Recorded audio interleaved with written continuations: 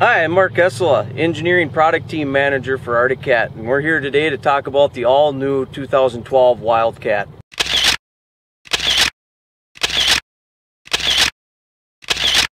Okay, now we're to the front end of the Wildcat. Front suspension. We talked about suspension on the Wildcat. The front end also has a lot of interesting stuff going on here. First of all, let's talk. This is a double A-arm traditional setup, something you've seen on utility vehicles and ATVs before. When you look at the front of the Wildcat, we really worked and spent a lot of time to make it as narrow as we could and make these A-arms as long as we could. And the reason we did that is to get that monstrous 17 inches of wheel travel. When you bring everything into a center point like that, you'll see we designed an all-new steering rack to get the pivot points of the tie rods into the same plane as the A-arms. And why would we do that? Well, there's a term in the suspension world called bump steer.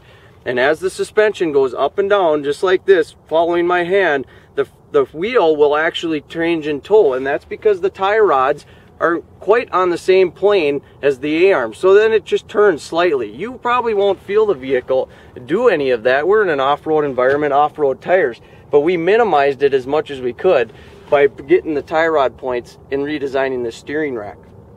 We also have the Walker Evans front shocks up here to control that big bump and that monstrous wheel travel.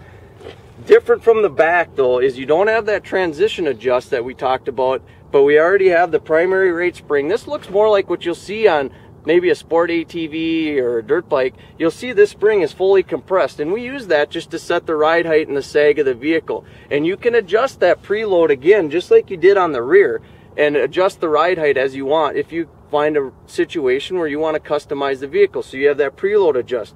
And again, as we talked about on the rear suspension, there's the compression adjustment for the shock itself. And there's an indication on there to make it softer or harder. But once again, work with your dealer. And if you're trying to customize a ride, if you don't understand that, get in there and talk to your guys. They'll work with you and help you set up the vehicle the way you want it to.